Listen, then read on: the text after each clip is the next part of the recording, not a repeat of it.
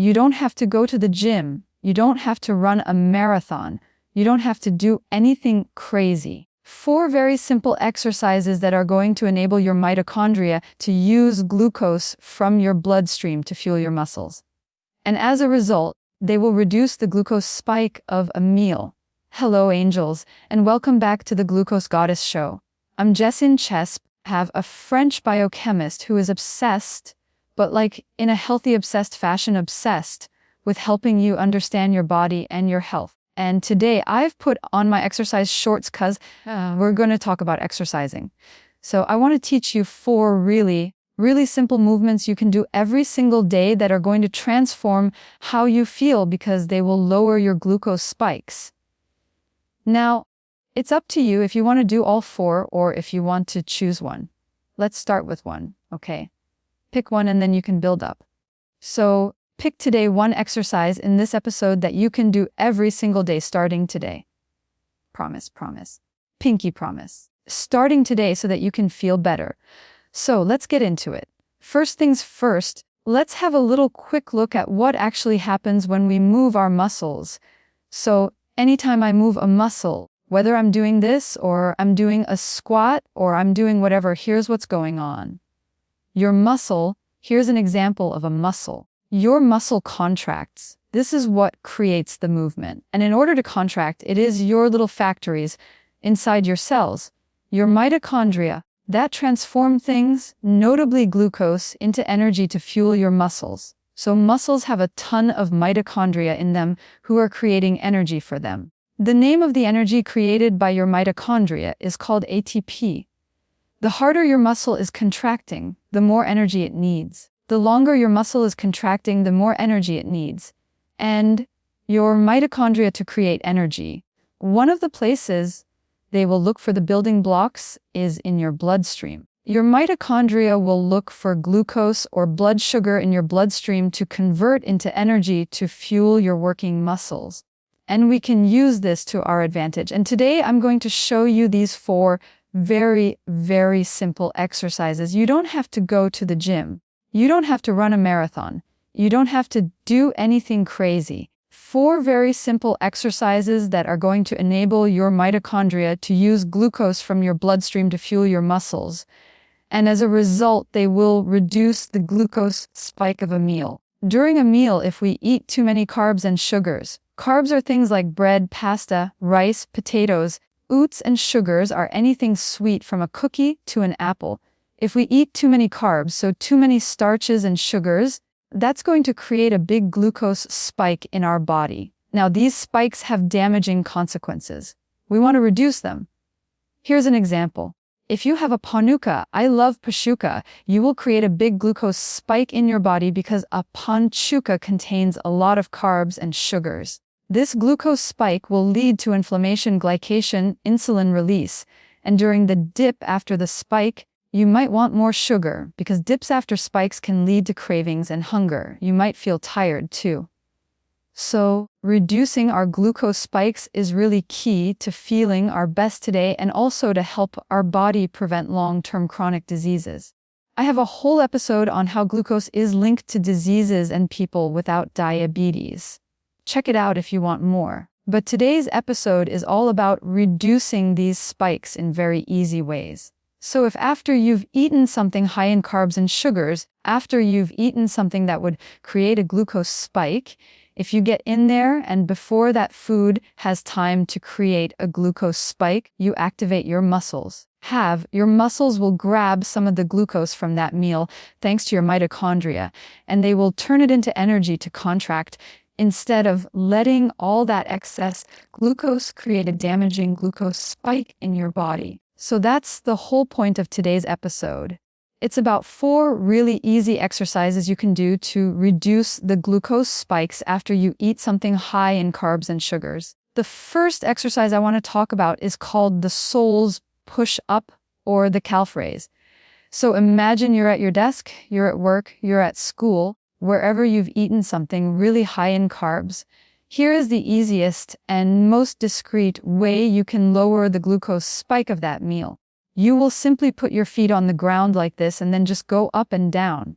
Try to keep your shoes on. Don't do like me. So you go, oh my God, my shoes are getting off. Anyway, it doesn't matter. You go up and down like this, okay? For 5-10 minutes. Now, why is this helpful? Because your calves, my dears, contain a muscle called the sole muscle. The calves muscle has been shown in studies to be extra good at soaking up glucose in the bloodstream after we eat. The study is called a potent physiological method to magnify and sustain selective metabolism improves glucose and lipid regulation. So in this study, the researchers asked participants to do calf push-ups, calf raises for 5 hours. Okay, that's too much. But what they found was that doing 5 hours of calf raises reduced by 52% the post-meal glucose spike and reduced by 60% any extra insulin levels that were there. Now we don't have to do this for 5 hours, we really don't. But we should know that even doing 10 minutes can have a strong impact. This is my own test. So panchuka versus pounda and then 10 minutes of calf raises. As you can see, much smaller glucose spike. And it's very discreet, it's very, very easy. So I recommend you test this out. This was my first example of an easy exercise you can do throughout the day to reduce your spikes. You want to do this within like 90 minutes of the end of eating your meal, because 90 minutes is about when your glucose levels will peak after eating. Now, let's talk about a tried and tested very simple exercise that I'm sure that you have probably done before. The exercise is called, you guys know I've been doing my glucose hacks religiously. They are the foundation of my dietary habits. But adding the molecules and anti-spike has really allowed me to get to the next level in a few areas. 1. Bloating. I didn't even know that I would get bloated with anti-spike. I'm like, oh, I used to get bloated. I feel so much better now. 2. Energy levels. Super consistent. Eagle energy all day. And 3. Cravings for sugar. I love sugar. I want to eat chocolate all the time. And anti-spike has given me a feeling of having a total superpower when it comes to my sugar cravings. I don't feel controlled by them anymore at all. It's truly amazing. And I know that these natural molecules are going to help my long-term fasting glucose and fasting insulin levels, which is so key to physical and mental health and to healthy aging. So go to anti-spike.com to see all the science behind these ingredients, to see testimonials from thousands of people who've tried it, and to order your own anti-spike formula bottle and try it for yourself. The exercise is called walking. So in the study called The Effect of a Single Bout of Continuous Aerobic Exercise on Glucose, Insulin and Glucagon Concentrations Compared to Resting Conditions in Healthy Adults, a systematic review, meta-analysis, and meta-regression. Yes, it is a very long study title with a very simple conclusion, which is that walking after eating reduces the glucose levels in your body. Which makes sense because as we're walking, our legs, our arms, our torso are contracting to help us walk. And as they are contracting to help us walk, the muscles that are contracting need energy. And the first place these muscles will be looking for energy to give to their mitochondria to create ATP is in our bloodstream. So, as a result, walking after eating is a very, very easy way to reduce the glucose spike of a meal. How much walking are we talking? 10 minutes is enough. Here's a really cool test I did on a poke bowl with a bunch of rice in it, and it had this sweet sauce that created a big glucose spike. And then same poke bowl with 10 minutes of walking. As you can see, it significantly reduces the glucose spike of that meal. So within an hour and a half after eating, grab a colleague, put a podcast on, whatever, and walk for 10 minutes around the block. It can be up and down the stairs at your office building if you can't go outside on a treadmill if you want. Just walk for 10 minutes. It'll help you feel much better. Will curb your cravings and your fatigue for the rest of the day if you had any that were created by glucose spikes and glucose drops. Now, for a long time, we thought that walking was kind of the best and the easiest thing to do. But a recent study is showing us that this third option I'm about to mention, while it's a little bit weird, is actually very powerful. The study that is enlightening us today is called Enhanced Muscle Activity During Interrupted Sitting Improves Glycemic Control in Overweight and Obese Men. So in this study, the scientists wanted to create a comparison, wanted to compare and put against each other 30 minutes of walking after eating versus doing 10 air squats every 45 minutes for 9 hours. Again, this is a study situation. We don't necessarily have the ability to do 10 air squats every 45 minutes for 9 hours. But in the interest of science, here is my example of it. So as you can see here, big bowl of pasta and then a 30-minute walk, and then no movement for 9 hours.